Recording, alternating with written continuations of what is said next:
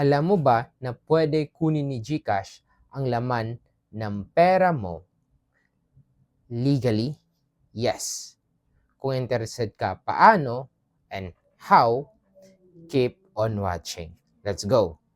According sa research ko on what happened if I'm not fully verified, according dito, BSP required all GCash user to verify their account within 1 year.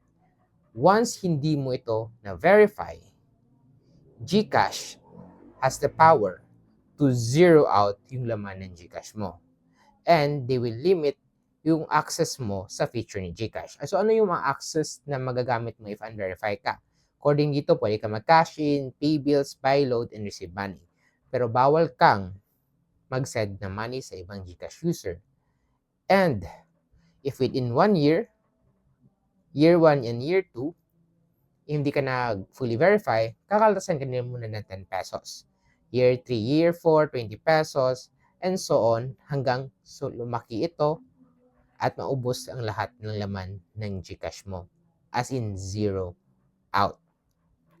Yun yung tinatawag nila po kasing monthly maintenance fee.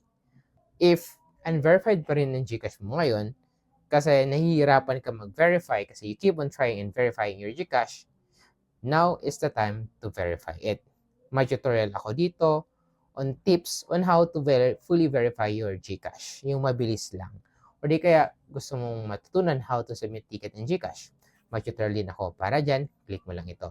So if you want more videos na informative katulad nito, don't forget to like and subscribe for more videos like this. Yun lang. See you in my next video. Let's go!